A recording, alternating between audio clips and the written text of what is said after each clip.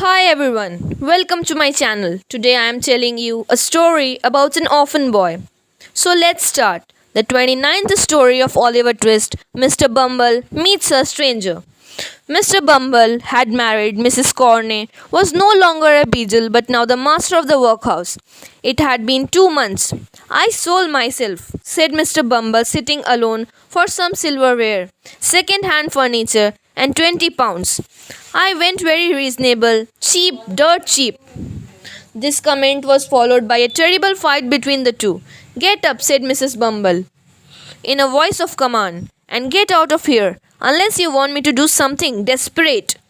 Mr. Bumble went out at once and went to a public house. It began to rain heavily at the moment.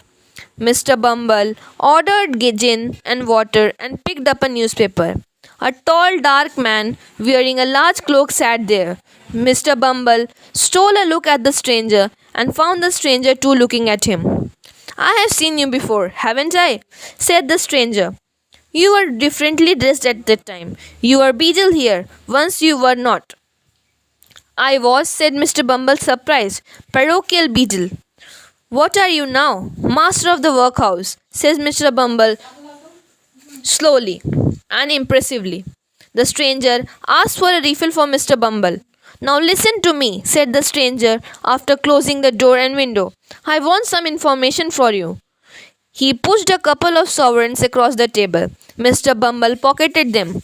Do you remember the workhouse in which miserable drabs give birth to the children for the parish to rear and hide their shame?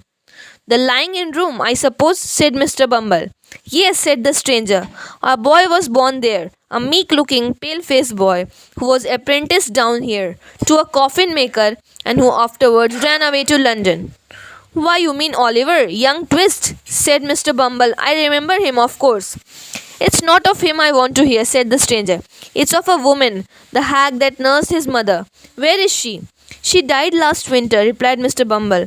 Hastily recalling that night to mind, he informed the stranger that his wife has been closeted with the old Harridan shortly before she died, and that only she could tell something on the subject of his inquiry. They decided to meet the next day. At 9 in the evening, said the stranger, writing an obscure address by the waterside. Bring her to me. Be secretive. It's in your interest. Mr. Bumble looked at the address. It contained no name. What name am I asked for? Monks, replied the man and strode away.